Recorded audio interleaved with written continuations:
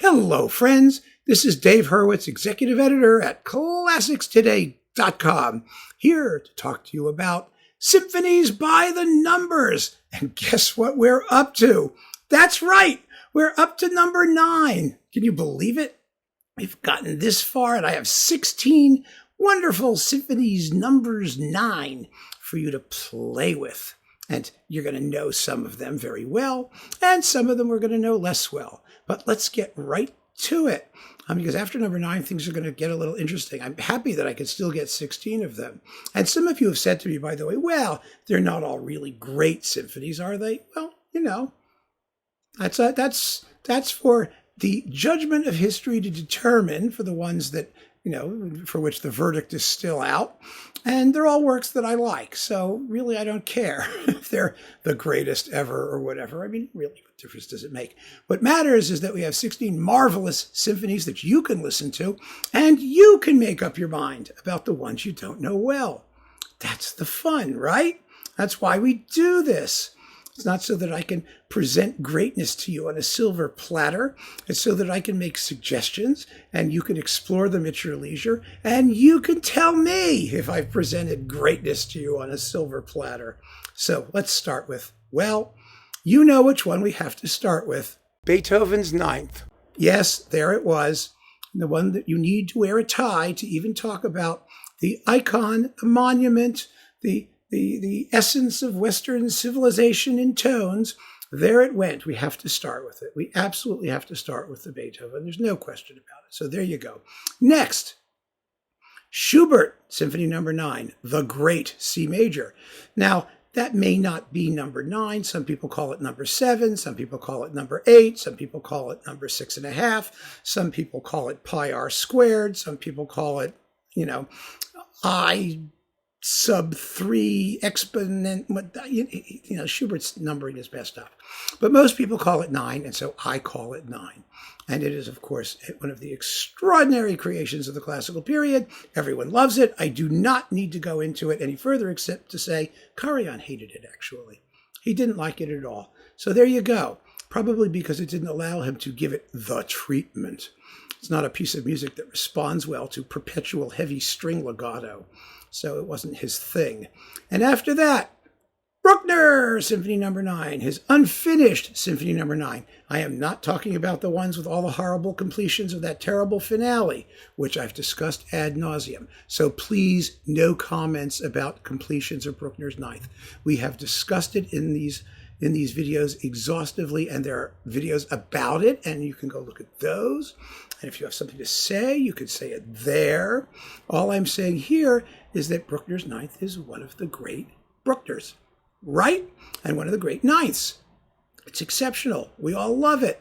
And so there you go. And I think it works just perfectly the way Bruckner left it, with a glorious adagio conclusion that is so poetic and so extraordinary that I cannot imagine anything coming after, particularly not the horrible mess that Bruckner left as the alleged finale. So that's that. Next, Laszlo Lajtha, a composer I've spoken of quite frequently. He's appeared in a couple of these, 2 or 3 of these videos in this series. He is a wonderful, wonderful composer who deserves to get far more attention than he receives. He's Hungarian. He was a contemporary of Bartók and Kodály and, you know, Leo Weiner and Dohnányi and all those people. He was the great 20th century Hungarian symphonist, and his music was suppressed because he supported the 1956, revolution, which was, put down by the Soviet Union, and so his music never got much play.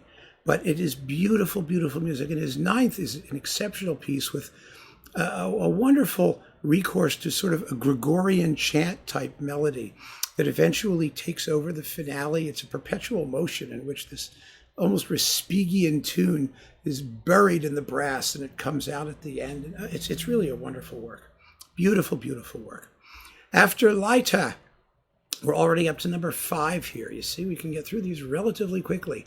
Kurt Atterberg, his Symphony No. 9. Now, this is a choral symphony, but it's based on the Edda, the Icelandic myths of Ragnarok, whatever you call that thing, the Götterdämmerung, the twilight of the gods. It's an apocalyptic piece, a visionary piece. It's called Symphonia Visionaria or something like that. I don't know. But it's beautiful. It's really, really beautiful. It's about 40 minutes long. It ought to be played as often, I say this, as Carmina Burana or other great choral symphonies like The Bells by Rachmaninoff. That would be some program. This one in The Bells. Wouldn't that be fun? It's a great piece. Listen to it. It has a big, long text, and it's been very, very well recorded by CPO. So you can get it easily enough. And you should really give it a shot. I also like the fact that Atterberg wasn't afraid to do a choral ninth, a vocal ninth, and a completely different text, a completely different concept. And it really works. It's really fabulous. So after Atterberg, Shostakovich, the Shostakovich Ninth, which is the anti-ninth.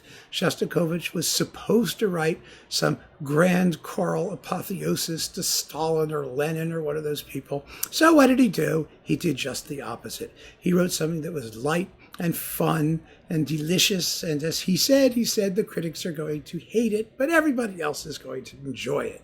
And musicians will enjoy playing it, and it is. The piece is just a joy. It's like 25 minutes long and 5 pithy movements, full of humor and great tunes.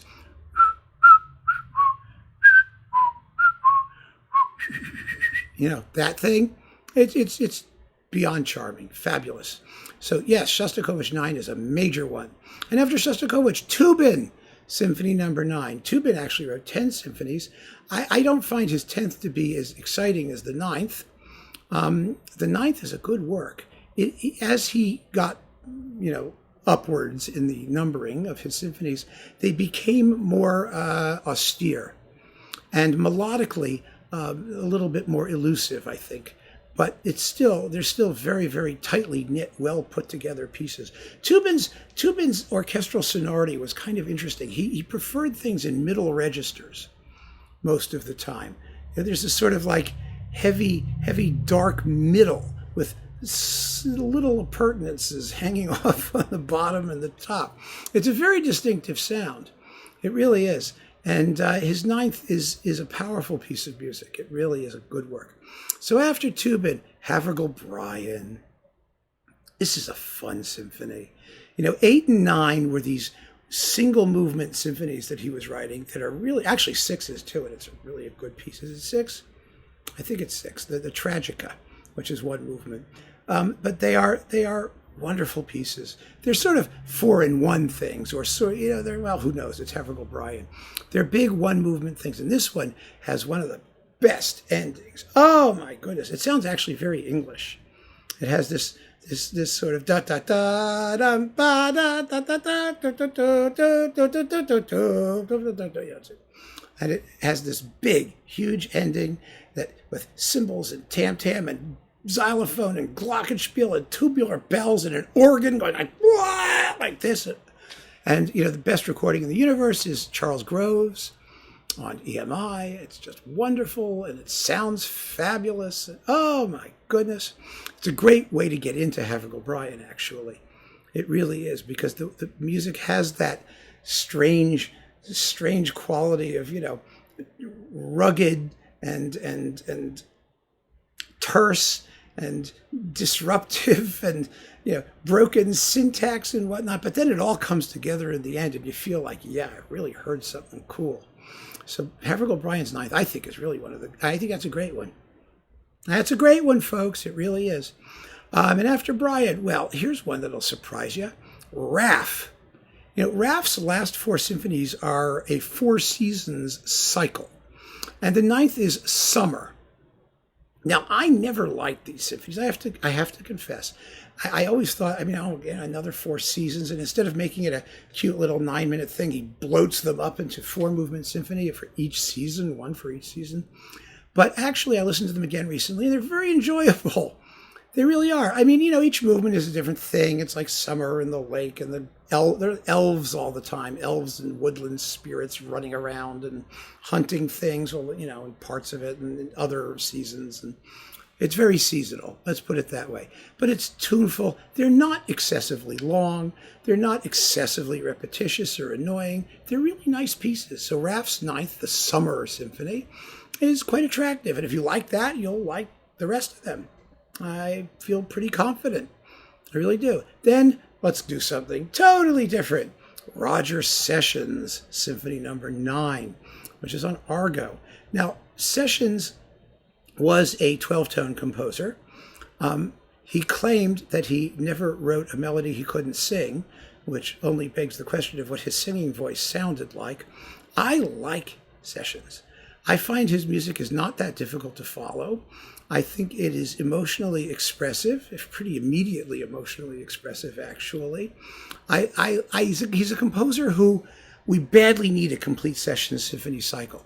We need to be able to follow his evolution all the way through because he's one of those composers whose music did evolve steadily. And if you can hear where he started, it will be easier to hear where he wound up.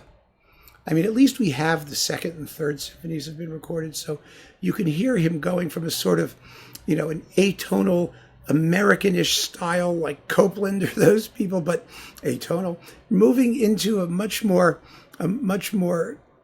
intricate and abstract kind of music. But I enjoy his Ninth. I really do. It's a tough piece. It's a challenging piece, but it's good music. It's really good music. Then, still in the U.S., Hovanus, Symphony No. 9, the St. Vartan Symphony. Now, the St. Vartan Symphony is in something like, 62 little movements. It's in little bits, and it's on some Armenian folk thing that I've never much paid attention to. I just like listening to it. It's just fun to listen to. It's got all kinds of evocative sounds, and it sounds like Hovanus. It's modal, and it's easy enough to take. And if you like Mysterious Mountain or Fra Angelico or the Mount St. Helens Symphony, which is like a Symphony number 50-something, then you will like Symphony No. 9. Again, it's easy to get. It's on Crystal Records. It's been recorded. It's lovely. It's just lovely and different. Very, very different. It's a personal style. And whether or not you like that style will determine whether or not you have any patience for it. I like the style. I really do.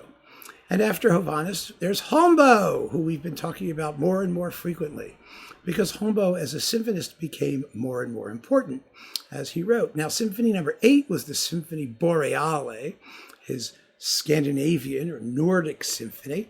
The Ninth is a bit less, it wasn't terribly programmatic to begin with, was it? But it may be a little bit more abstract. It's a little more challenging harmonically, but as always with Holmboe, the music is superbly knit together, wonderfully organic and cohesive, and perfectly easy to follow. You just listen to it, and it does its thing. I mean, nothing is terribly long, nothing is overstated. It's all just wonderfully integrated and extremely rewarding and satisfying when you get to the end of it. So after Holmboe, we've got 4 more to go. We're making excellent progress, wouldn't you agree? And as always with these, the list is down below, so you can simply, just take a look at it as well. But do me a favor, just out of niceness, watch the video before you comment. Because I know what happens. I mean, I post these things, and all of a sudden these comments appear before anybody could have possibly seen the video, because you looked at the list and you say, oh, you left out. Well, let me be honest. I don't care what you have in your collection. This is not a game to say, who can find the ninth that Dave didn't mention. There are lots of ninths I didn't mention, and I know that. I didn't forget them. I left them out deliberately. So if you have one that you think belongs there, listen to these, have a chance, give it a chance, and then tell me what you think should be on your list or some other list. Not my list. My list is my list, but something that you would include it and why. That's the important thing. You have to say why. You have to show us, all of us here, we're watching, that you were listening. And that's that you have good reason for what you say. So there we go. I've made that point. And finally, the last 4 after Holmboe, Vaughan Williams. Dun, da, da. Or should I say, ba, da, dum, bum. that beautiful motive in the finale that you hear 3 times, and the last time it's harmonized differently, and you say to yourself, oh, rats, why couldn't we hear it the way he did it the other 2? It was so wonderful. Well, that's life. That's also what Vaughan Williams is saying. The Ninth is a strange, strange piece. It really is. It is formally curious, and it ends with that wonderful, just, crash with the harp glissandos going up and down and the fade out and the sound of the saxophones. And it's a very transcendental vision for the end of the Ninth. And of course, he died very shortly after it was written, during the recording sessions with Adrian Bolt and the London Philharmonic for the first recording on Everest. And Bolt did a little announcement about Vaughan Williams' passing that came with the recording. It was very moving, and it's a very moving symphony, but weird, spacey, definitely spacey. It's interesting. You can listen to it over and over again, and it very slowly sort of gets under your skin. Fascinating piece. Then after Vaughan Williams, here's one that I really think is one of the great underrated symphonies of the 20th century, George Lloyd. Now, I've been putting George Lloyd in a lot of these lists because I think he's a major symphonist. He's a wonderful symphonist, and his Ninth is really an exceptional piece. It's a lot like the Shostakovich Ninth in that he was not going to make a grandiose statement. He wanted something light and short and pithy and just delightful to listen to. And the finale is a riot. It has some absolutely hilarious tunes in it. It's full of gorgeous sonorities, and there's a wonderful slow movement, which is a lament that rises to a very passionate climax. But on the whole, the piece is pretty breezy, and I think it gets no play because of that. It's only like half an hour long, and you should really listen to it. People, if you listen to George Lloyd at all, will listen to the 4th Symphony, the 5th Symphony, maybe the 11th, sometimes the 7th or 8th. I don't know.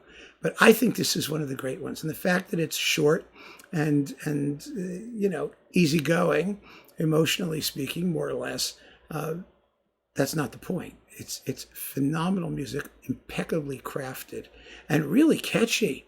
Really, really catchy. I mean, I can hum the whole symphony. You want me to do it? It's okay. I hear you. I'm going to spare you. Oh, but that tune in the finale. Oh, it's just hilarious. It's wonderful. Okay. Next. Well, what do you think? The New World Symphony, Dvorak, Symphony No. 9. Of course, the New World Symphony has to be there, doesn't it? I mean, I don't need to say anything about it. It's one of the most popular symphonies ever written. It's right up there with Beethoven's Fifth and things like that. It doesn't get more popular than that, and deservedly so. It has fabulous tunes. It has interesting form. It has glorious orchestration.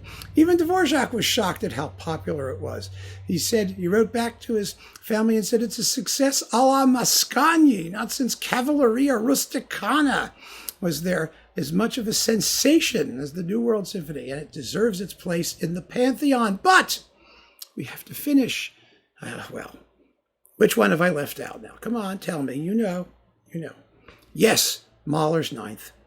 I mean, some of you have said, somewhat snippily, I thought, oh, well, Mahler is the only composer who's going to appear in every one of these things. Well, he's soon to drop out. But the Mahler Ninth is a remarkable work. It has gained in stature probably more than any other of the Mahler symphonies, and it's not the easiest to listen to at all, is it? It's a tough piece, especially with that long adagio finale, and of course it ends with the most musically accurate and unmistakable depiction of the act of dying as anybody ever could have written.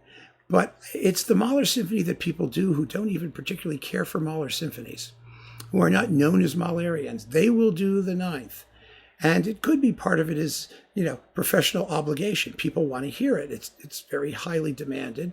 It's a beautiful symphony to do because it occupies a complete entire program all by itself. You don't have to do anything else if you're doing the Mahler Ninth. And I think it's eventually, or what's happened is that even conductors who are not generally fond of Mahler's, disruptive and eclectic style want to have a crack at it. it's a challenge, and it's emotionally so raw and gripping and honest and compelling that you just want to be able to do it if you can.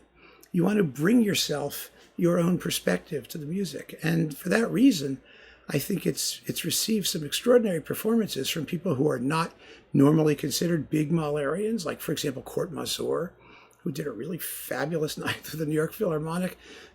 People can do the ninth and get away with it, and it works really, really well. And I also think because the music is it's such a contrapuntal fabric, it's so carefully worked out contrapuntally, and so it doesn't have a lot of what some people consider to be the cheap, tawdry vulgarities that Mahler's music is, sort of exploits, although the second movement does.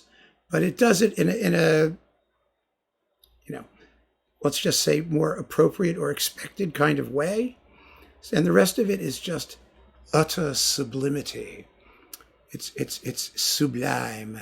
So, if you wanted sublimity, then you go for Mahler's Ninth. Let's not kid ourselves. And that, my friends, is 16 great symphonies by the numbers. And the number is 9. So keep on listening, friends. Thanks so much for joining me. Take care.